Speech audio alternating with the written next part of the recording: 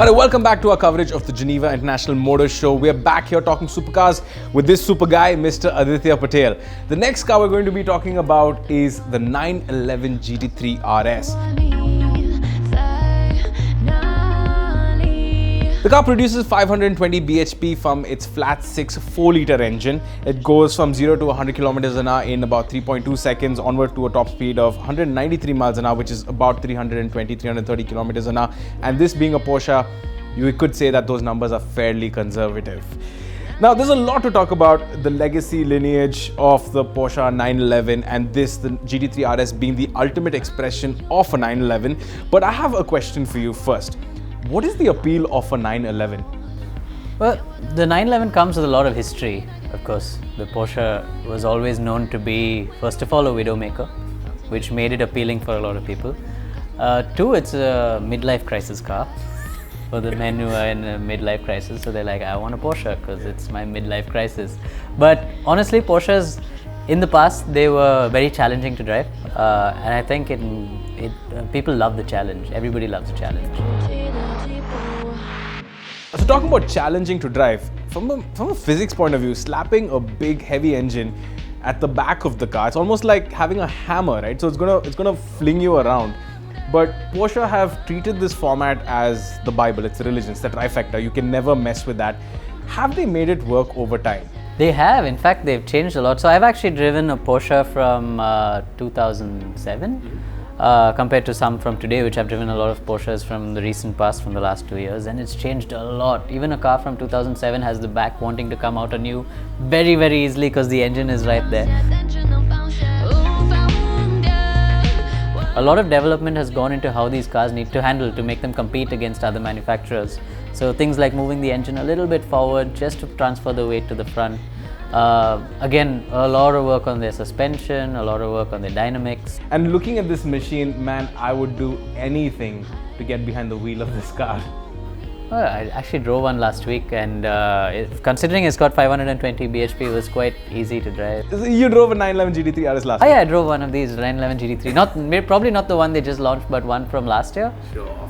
So, that's true. But tell us about the experience of the 911 GT3 RS. What is it like? Surprisingly very, very easy to drive. Even though it's got 520 bhp coming out from your rear wheels with your engine in the back, I was quite impressed with the way it went around corners, the way it came out of corners, because I could just put my foot down on the gas and the rear just sits. So I wasn't scared of, spinning around, going into the wall anywhere, losing control. It just completely blew away the myth of a widowmaker. It doesn't have as much aids as modern day supercars. Yeah, yet it manages. So what do you mean by the word pure? I think if you drive this car on the road, it's going to be quite harsh, unlike probably the Ferrari 488. Mainly because this is very, very track oriented, so suspension's pretty stiff.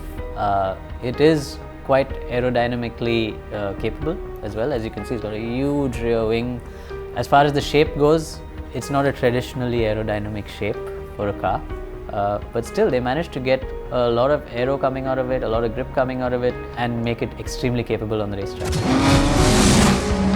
Could you just walk us through, looking at the car, what are your observations on the aero package on this car? You can see all these these bits of cuts and pieces here. You see the gap here, which basically gives you airflow from below, keeps the front down on the ground. Similar to the S-duct we saw. Similar to the S-duct in a way, but obviously not as effective. These fins over here, they basically help in cooling up the brakes. So you can go lap after lap after lap around a racetrack, just banging away at the brakes without having to worry. And mind you, it's a road car. It's not a race car. What's cool is that with all these very minimal bits and pieces, they've managed to create a car that's got a lot of grip. And it's called the GT3 RS because it gets this as an option, which is the Club Sport Pack. So for no cost extra, you can get a roll cage thrown in, a fire extinguisher, a kill switch for the battery, and a 6-point racing harness. For no cost, you say? For no cost. So why would you not have it? Exactly.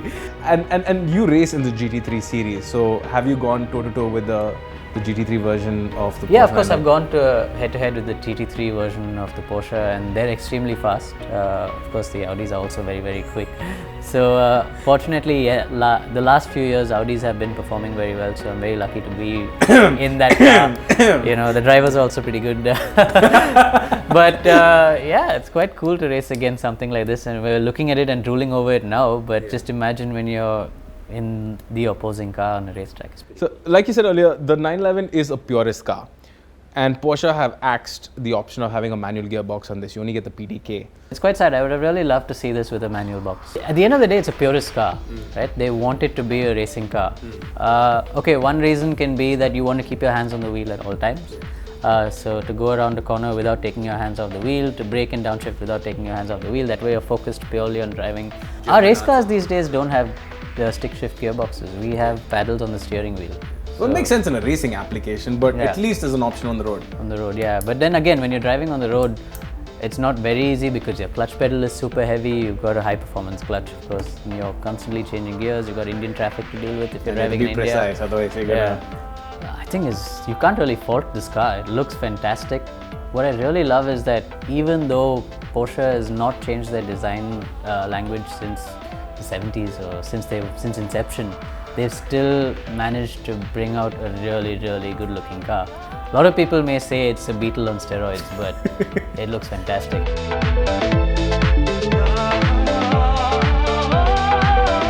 So there you have it, folks, the Porsche 911 GT3 RS. Lot more content coming your way from the Geneva International Motor Show. Stay tuned. We will see you in just a bit.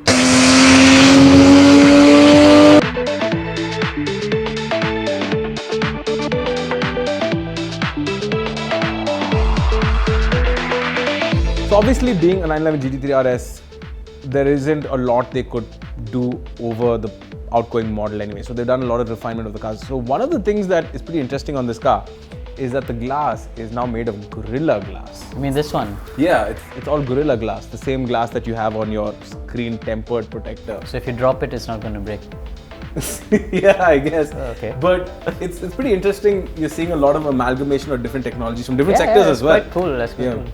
I guess it protects it definitely from the stone chips.